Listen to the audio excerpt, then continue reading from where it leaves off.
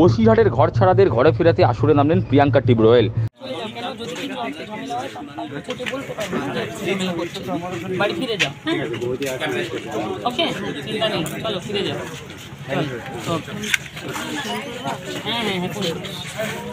Vote পরবর্তী হিংসার জেরে বসিরহাট লোকসভা কেন্দ্রের বহু দলীয় কর্মী ঘর ছাড়াদের ঘরে ফেরাতে প্রশাসন কোনো উদ্যোগ নিচ্ছে না বলে অভিযোগ। এবার ঘর ছাড়া দলীয় কর্মীদের ঘরে ফেরাতে ফের আসনে নামলেন বিজেপি নেত্রী তথা আইনজীবী প্রিয়াঙ্কা টিব্রোয়েল।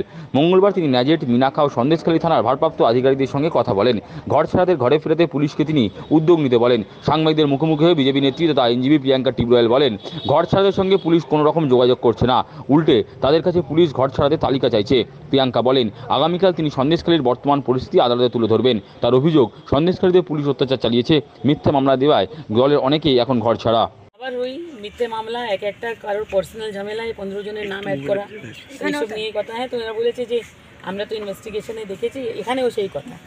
তো বলেছে দাদা আপনি তাদেরকে পাঠান, আর বলেছি বাদবাকি যে কেসগুলো আছে সেটা নিয়ে আমরা এসপির সঙ্গে কথা বলবো, তারপরে তারা বাড়ি ঢুকতে পারে, আমি আপনাদের বিকেলে জানাবো।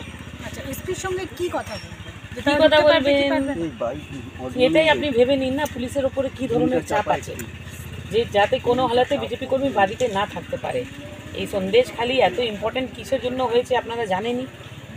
তো এখানে যা অত্যাচার হয়েছে, আমি পুলিশকে তো বলেছি, আমার কাছে তো সমস্ত ভিডিও আছে, যে অত্যাচার আর কেউ না, পুলিশই করেছে এখানে। তো ঠিক আছে, যদি ভালোভাবে এরা সবাইকে ঢোকায় কাল অবধি ঠিক আছে, না হলে কালকে তো মামলা রয়েছে কোর্টে, সেখানে আমি জানাবো যে এখানে কেন মানুষকে ঢুকতে দিচ্ছে না।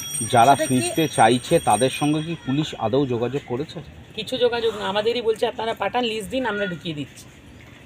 ঠিক আছে, এরা জানে না, আমার থেকে বেশি লিস্ট আছে এদের কাছে, সবই জানে কার ইনস্ট্রাকশনে এখানে এত অত্যাচার হয়েছে। কেন এখানে তো বারবার এরা প্রুফ করতে চাইছে যে সন্দেশখালীতে কিছু হয়নি, সেই জন্য এরা এই ধরনের অত্যাচার করছে মানুষের। আজকে আপনি ন্যাজার থানা, মিনাখা, সন্দেশখালী 3টে থানায় যে এলেন, কথা বললেন, কি কি দেখলেন, সেটা কি কালকে পুরোটাই মামলায়?